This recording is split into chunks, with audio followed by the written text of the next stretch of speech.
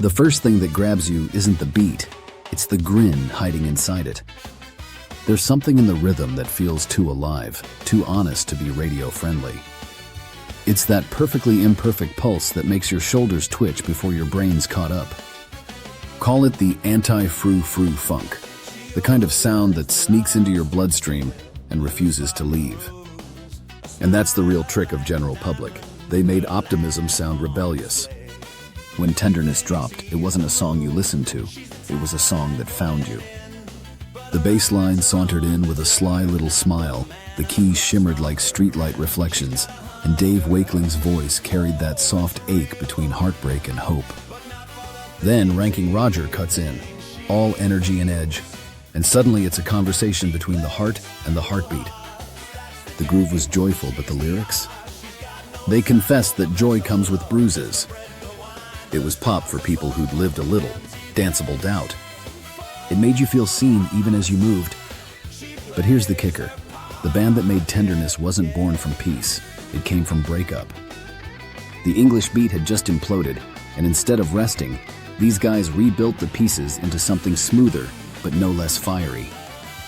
They took the political grit of ska and dipped it in melody, rebellion that smiles. Their secret? Balance. Too much polish and it'd be frou-frou. Too much edge and it'd be noise. They lived right in the middle, the sweet spot where sincerity meets swagger. Then came Never You Done That. It's a groove that doesn't walk, it glides.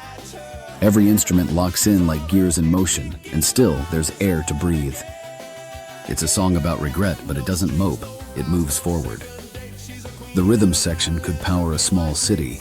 The horns feel like sunlight breaking through clouds, and Wakeling sings like he's learning forgiveness in real time.